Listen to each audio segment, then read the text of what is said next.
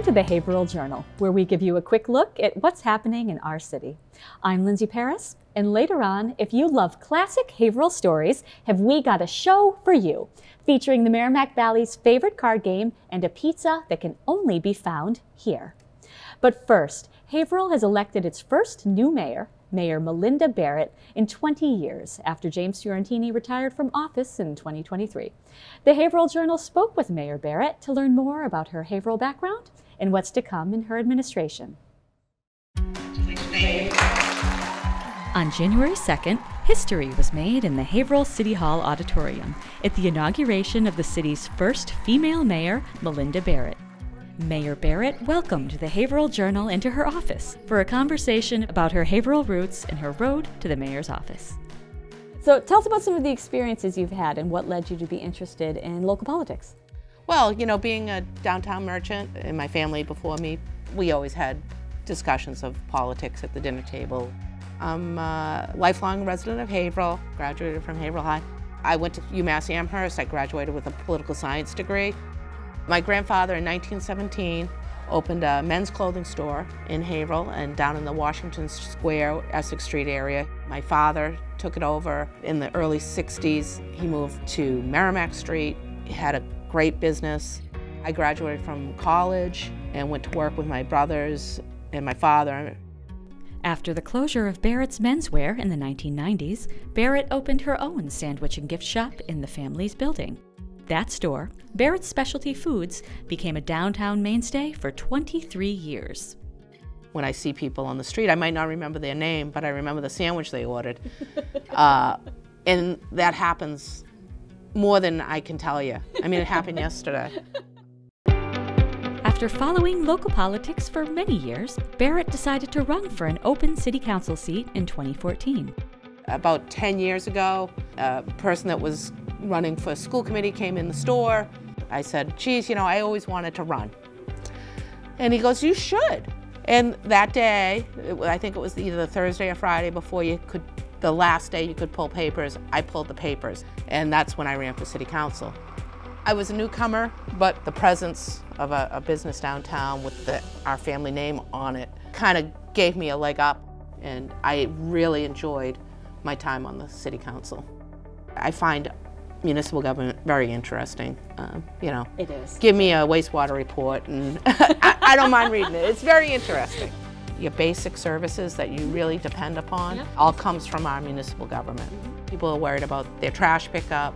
They want someone to show up when they dial 911, be it fire or police, and they want their roads plowed. We're going to try to work so we do things more efficiently as we go forward.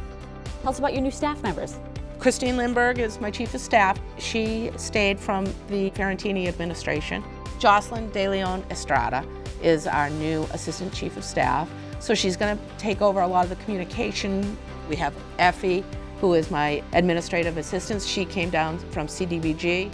And then we have our great 311 operators who take a lot of calls. We thought we'd get to know our mayor a little better by asking some hard-hitting political questions. Favorite ice cream flavor? Orange pineapple or mint chip. Favorite band or musician? I think right now maybe Noah Khan.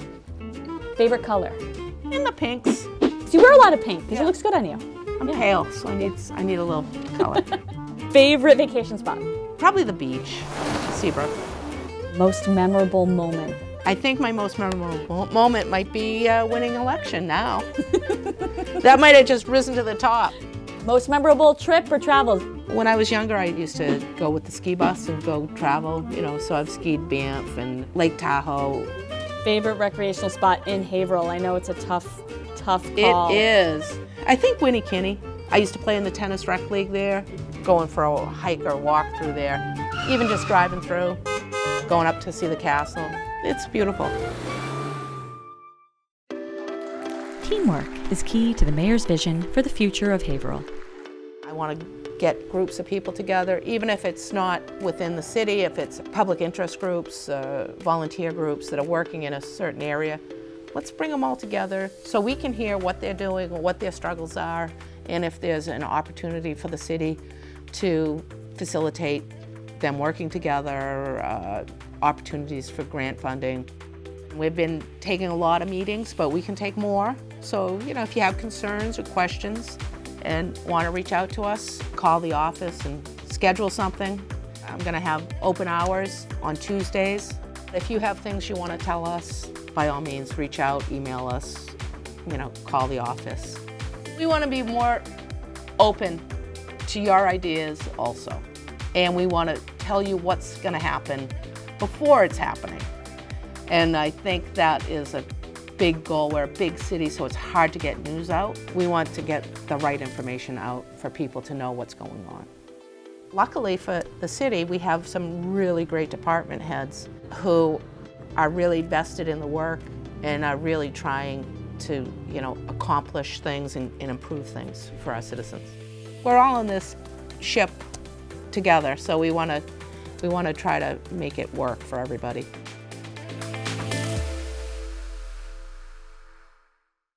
Thanks to Mayor Barrett for taking the time to sit down with us. Look for more Mayor's Office updates produced by HC Media and Mayor Barrett in the near future. So, you're dealt 5 cards, and hey, you've got a 5, a jack, and an ace of hearts. You might make 30 days of it, or if you're playing with the right people, they might even let you make 30 for 60. You know what all that means? Because I definitely don't. I did not write any of that. But back to the game. The most fun of the Merrimack Valley's unique regional customs might be 45s, the trick card game that is massively popular within a 20-mile radius or so of Haverhill, and only within that radius. The Journal visited 45s night at Crescent Yacht Club and got the lowdown from a few expert players. I live in the Merrimack Valley, and I'm playing cards. What game do you think I'm playing? If you guessed 45s, that's right. As you know, 45s is the card game of the Merrimack Valley, and it's only played here. So why is it so popular? Why is it only played in the Merrimack Valley? I need answers. So I've come here to the Crescent Yacht Club, where every Monday and Wednesday night, the place is mobbed with people playing 45s, as many as 100 at a time. Let's go play some cards.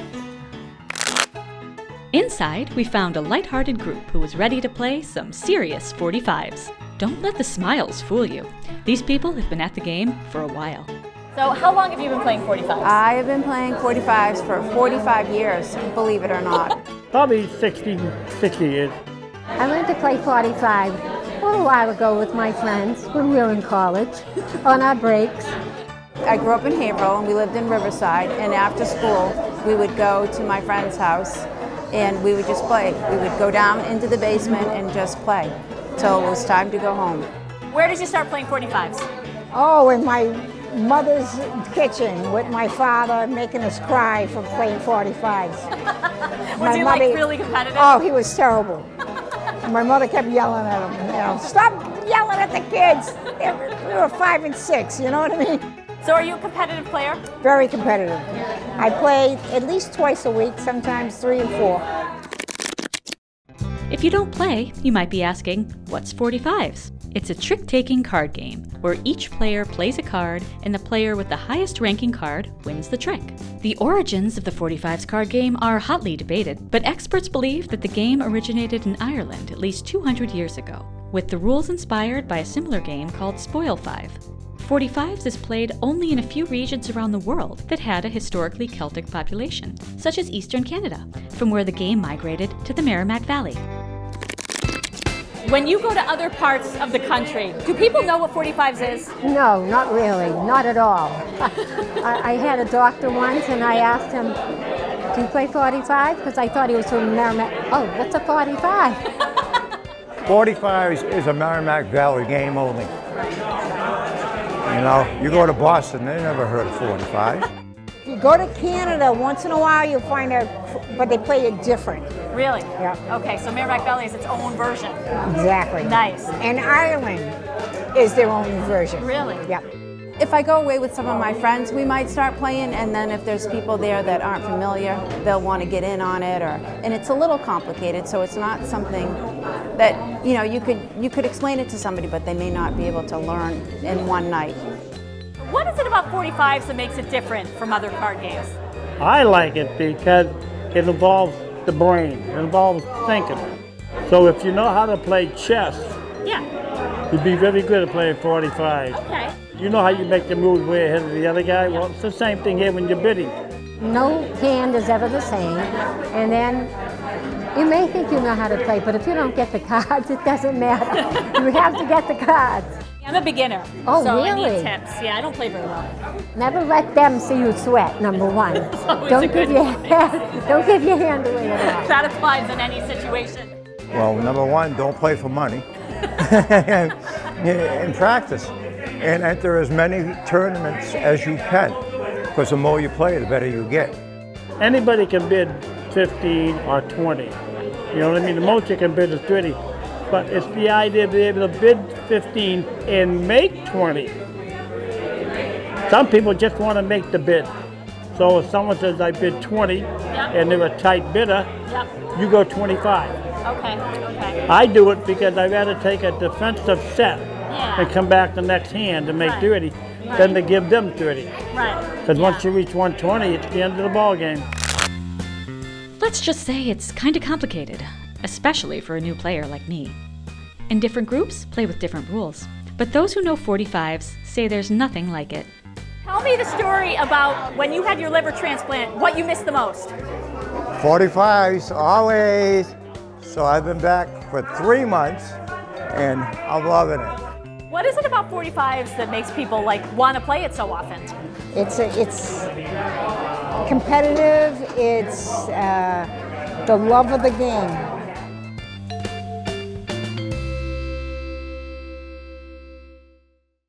There are lots of opportunities to play 45s locally, including Monday and Wednesday nights at Crescent Yacht Club and Monday nights at the Bavarian Club on Knox Street in Lawrence, run by Gail Acevedo, who we saw in the segment.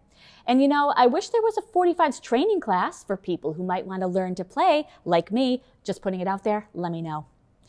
On to Napolis Pizza, another local staple and a White Street fixture for 4 generations. People who grew up eating Napolis are now keeping the tradition alive. The Journal went down to see how they're doing it. The year was 1945. Back then, the Second World War was coming to a close.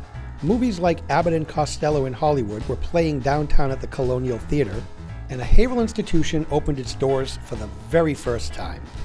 If you've lived in the city for any period of time, you know Napolis, and you know the drill. A light, airy crust cut into long rectangles, with lots of sweet, tangy sauce, and for purists, only grated Romano or Parmesan cheese to top it off. 79 years later, the tradition of the city's oldest and oddest pizza is continuing with its newest proprietor, Mike Rogers. I was raised on Auburn Street, 2 streets over, 1 street up from the old original Napolis Pizza. And I used to go there every day. I can remember walking down the street at 6, meeting Billy, and most people who were our generation know how Billy was, no nonsense, straightforward. And then eventually I got to know him, and I would pedal around the shop with him. I'd be 8, 9 years old, and I would mop the floor, and he would give me 50 cents, and I would pay for my pizza for a quarter. And that's how I kind of learned the love of Napolis. I believe Billy Coco, by trade, was actually an engineer. My understanding, it was a part-time, and I believe he did that to financially help his family. But when you got to know Billy, he was very passionate about his pizza. He built up a cult following without realizing he built a cult following. And now there's only been 6 owners since Billy, and each one have adapted to keep that legacy alive. And that's how I got involved in it, because it would be devastating if Napolis was no longer here. Taking over from the previous proprietor, Mike reopened the doors in September of last year, after a very short break in operations. Picking up the mantle as the steward of Napolis Pizza has really been more of a labor of love than anything else. The prior owner leased it out to me. I think the biggest key for him to go with me was because I am from the Acre. Everybody else was kind of out of the city, really didn't understand the history of Napolis, and they're looking more to form it into a basic pizza shop. And that's not what we're about. Anybody that's come through this door since we've taken over or knows me, it was never, our goal was always to maintain the bills and give to the community. Mike isn't the only one with such reverence for this Haverhill tradition. Kathy Dick, a resident of the Acre, actually volunteers her time to help keep the place running. I actually volunteer here. I actually started by coming in to get pizza one day, and Mike was by himself, and the phone was ringing, and I was like, do you want me to help you with the phone for a minute? You know, and then into talking to him, you know, I just said, you know, and it gives me something to do a couple days a week. So it's like my giving back to the community. And when it comes to giving back to the community, Napolis Pizza is doing just that. The community outreach program came to mind because we have a lot of homeless people that come in and say they have no food. Can we give them a piece? Which we do. We'll take care of them. But then we learned the need and what the need is. Like we have veterans at the veterans home that people donate, it's great, but they don't get that pizza treat. We have people feeding homeless, like the drop-in center and, you know, different places that the more we talk, the more I'm learning the need is more. Like as donations have been coming in, they're going right out. You know, always using the word an I, but actually it's a we at Napolis in the community, my volunteers. We've had, you know, overwhelming support. Everybody wants to see it succeed, go to the next level. None of us are doing this, what we do here at Napolis, because we expect to get rich. A lot of us volunteer, and we do it because we love the Acre and we love Haverhill. So here's to 79 years of Haverhill gastronomic history. Let's hope it's still going strong for our grandkids in another 79. It's great to see a piece of the Acre's edible history going strong. The 2024 City Street Listing Census has now been mailed to all households, as announced by City Clerk Caitlin Wright. Residents are asked to review the form, make any necessary corrections, and sign and return to the City Clerk's office this month. The Street Listing Census is invaluable and directly influences Haverhill's representation on Beacon Hill, state aid and educational funding, and assistance for public safety and emergency responders. Failure to return the census will make individuals inactive on the voter registration list. If you did not receive a census form in the mail, you can complete one online at cityofhaverhill.com or pick one up at the City Clerk's office in City Hall. Also from the City Clerk's office, it's time for the Top Dog Contest. Residents who license or relicense their dogs may participate for the chance to have their furry companion named Haverhill's 2024 Top Dog. The first place winner will receive 2024 Dog License Number 1, and their dog's picture will be displayed at the clerk's office and on the city website. Second and third place dogs will get licenses 2 and 3. Apply for your license online or in person at the clerk's office. And don't forget to include your favorite photo of your pup. The contest ends on February 29th and winners will be announced March 1st.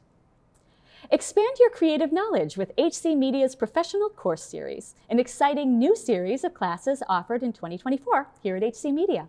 The Professional Course Series is supported in part by a grant from the Haverhill Cultural Council, a local agency supported by the Mass Cultural Council. Up first, learn new techniques in editing, color correction, and more with our intermediate video editing course, taught by Ed Felker, lead editing supervisor at WHDH Channel 7. This course is for those with a basic knowledge of video editing, and the prerequisite is HC Media's Basic Editing course. Intermediate video editing will be held on March 6th and 7th from 7 to 9 p.m. Then, our next course, Field Photography, will bring photography buffs out into the field for an advanced photography tutorial from National Geographic photographer Don Toothaker, who is known for his spectacular photography adventures all over the globe. The photography course will be held in May, with dates to be determined. These courses are free and open to all, but registration is required. Seats are limited to 10 per course, ages 12 and up. Please call 978-372-8070 or email lparis@haverhillcommunitytv.org to register for a course or get more information. If you have a story or event you'd like to see featured on the Haverhill Journal, call us at 978-372-8070 or email info@haverhillcommunitytv.org. And don't forget to like us on Facebook or at our HC Media YouTube channel. And that's what's happening in Haverhill. We'll see you next month. Thanks for watching, everyone. Good night.